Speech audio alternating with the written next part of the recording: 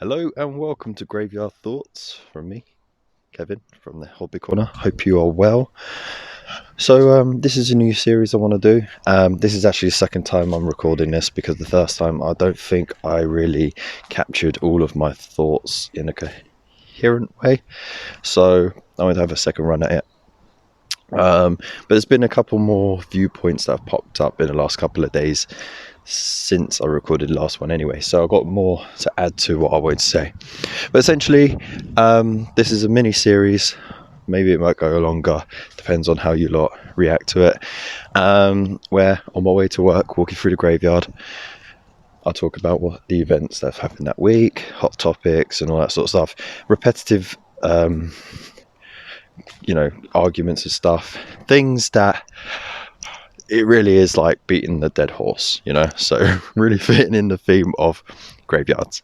So today it's all about 3D printing and whether or not it's going to hurt Games Workshop. Now, first and foremost, there's a lot of angles. So we have the buy-in aspect, we also got the technical aspects, we've got the ease of purchase and availability, the IP aspects of it, and there's a lot of different ways to look at it. So we'll start with the actual buy-in. So 3D printing, to get started, is not that cheap. It is a niche within a niche hobby. So, I mean, there's not a lot of people who have 3D printers as it is. Say, like Games Workshop have like tens of, or even hundreds of thousands of customers around the world, right? And maybe less than 1%, maybe 0.5% of those people will have a 3D printer or access to one. So, you already got small numbers as it is. And even though 3D printers are starting to get a little cheaper, they're still pretty expensive. It's the price of buying a brand new console or, like a cheap TV or PC or whatever. Or, if you want to start a new army, it could be almost as much as that. But you also got the additional costs to having a 3D printer, like resin, and trying out which resin is best for you. There's going to be lots of failed casts and stuff like that, which you can't just melt the resin back down and reuse it once that's done. Chuck it away, sort of thing. So you have that. If you want to go the extra mile, you can get like a machine that washes it and cures it using UV light. That's more expensive, or otherwise you could just leave it out in broad daylight after you've scrubbed it. Or is it the other way around? Can't remember. But essentially you have quite a bit of a buy-in. Then you got to learn about the technical side of things. You have to figure out how to read the STL files and reuse them, because a lot of them are coming supported, which is great, but they still need tweaks, and there's a lot out there that are not supported. And by supported, what I mean is they don't already have the support structure in place for the certain bits and pieces, or they send you the full sculpt and it's up to you to judge how to slice it to fit on your 3D printer, because not all 3D printers are the same. They've got different base plate sizes. So with that, it sort of limits on what you can print and how you can print it. So there's that aspect. Then you also got to figure out the printing time, and because that can affect the quality. If you're going too fast, you're going to get those lines streaking across it. If you go too slow, you might smudge some of the details and stuff like that. You also have to figure out what kind of resin you're going to use, because there are different types of resin, and this can affect the quality. Some resin works with some printers and some doesn't with others, as Luke from Geek Gaming Scenics found out. His favourite type of resin didn't work with one of his printers. So that was, you know, something that he had to learn. And of course, that's wasted resin, which is cost. It might not be a huge cost, but for every failed print that you do, you're building up a cost. Now, you also have the time aspect as well. So once you've learned all of the programming and stuff like that, once you've learned how to get the best out of your printer, you also got how long it takes to print. So small things can take a couple of hours. Regular stuff can take half a day. If you want a bigger thing like a bust or whatever, that can take up to a day. It all depends on the printer and the level of detail you want. So these are all things you have to take into account when it comes to 3D printing. All right. So to most people, to your average hobbyist, your average wargamer, your average arty fartsy painter, that's a lot of faff. And being able to just click on a website and get something delivered to you in a couple of days, or even just walking into your local hobby shop and picking up the product that you want is far easier. You buy it that day, you're building it, a couple of hours, you're done. You can start painting it, so start playing with it. So you do have that side of things. So I know you can print stuff out that's already built and you just scoop it off the base plate and pull off the supports, and that's great. But you have all the faff before that as well.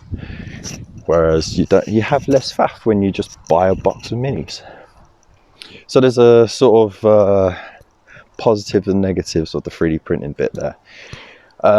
Now, will this hurt Games Workshop? No, not one bit, and I will tell you why. The people who are printing stuff off that's not of Games Workshop's IP, they were already not buying into Games Workshop IP anyway.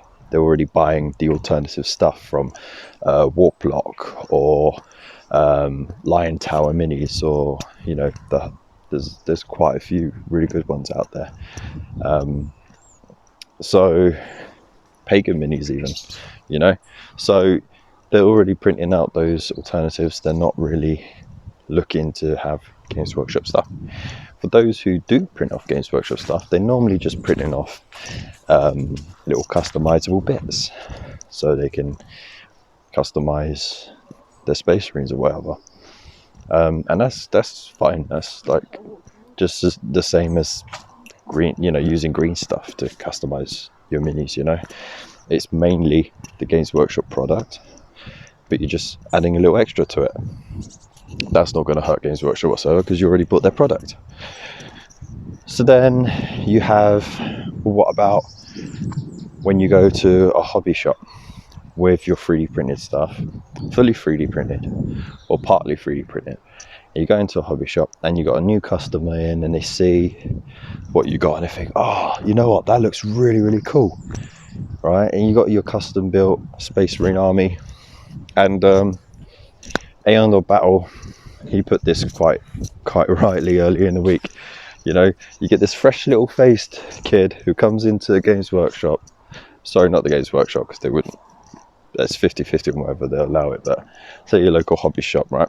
And they see you're playing Space Marines with these really cool customizations, and they'll be like, wow, that's really cool, I want to get myself some Space Marines. Well, you just advertised Games Workshop's IP and got them another customer.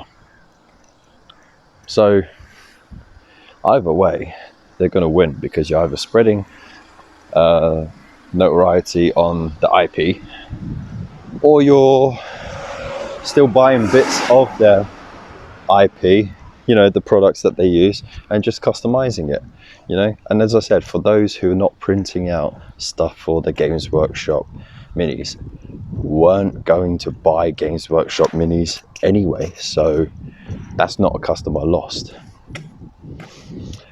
So there's that aspect. You also have a quality aspect. Now, a again, I'll refer back to Luke, but I've spoken to many people over the last few weeks about this, and they all say the same thing. The quality of the printers is improving. It's getting really good, and the level of detail that you can achieve, especially with these 4K printers that they're now coming out with, it's really good. But that 4K printer is super expensive still, and the detail is still not quite as good as a mold injected plastic kit. I know, okay, there's been a couple of pieces that have been a bit whack over the years, you know, like flat surfaces and stuff like that. That's how the CAD system chopped up the minis to fit it on the sprue. It's very weird, but they've been getting better with that. They've been getting better with the mold lines, and where they're almost, you know, invisible. The detail on the plastics has been crazy, and all that money that they've been getting, they've been reinvesting in that technology to improve it. So we're getting to a point where that's going to peak, and it's still going to be a few years before resin 3D printers get anywhere near that, because it's a printer. You know, there's still a there's still a finite limit to how much detail it can achieve, because it's just layering resin, melted resin on top of other resin. You know, it's not pressing anything into a mold to achieve the detail. It actually has to form that detail, so there's going to be slightly rounded or blurred details and stuff like that. So yeah, to sum it up, I honestly don't think Games Workshop have anything to worry about, not for another 5-10 years at least, and even by then they might start doing, like, you know, a monthly subscription thing where you pay X amount and you can print so many, but you'd have to use it through their website or something, so that, you know, you don't abuse it and print like 100 Space Marines for the price of one. But anyways, I mean, you let me know in the comments what you think. Do you agree? Do you disagree? And what's your personal experience on 3D printing? Again, like I said, I don't have a 3D printer myself, but I have talked to a lot of people who own them, and I've watched a lot of videos from YouTubers who've experienced both the good and the bad of 3D printing. So I think I've got a fair grasp on the reality of it, as far as not owning one. And I have had 3D printed stuff given to me, and, you know, the detail's really good, but it's just not as sharp as if it was plastic. But yeah, let me know in the comments below, and yeah, subscribe, like the video if you want, unlike it, I don't know, it's up to you. And yeah, I hope you have a nice day, enjoy your weekend, big love to you, peace.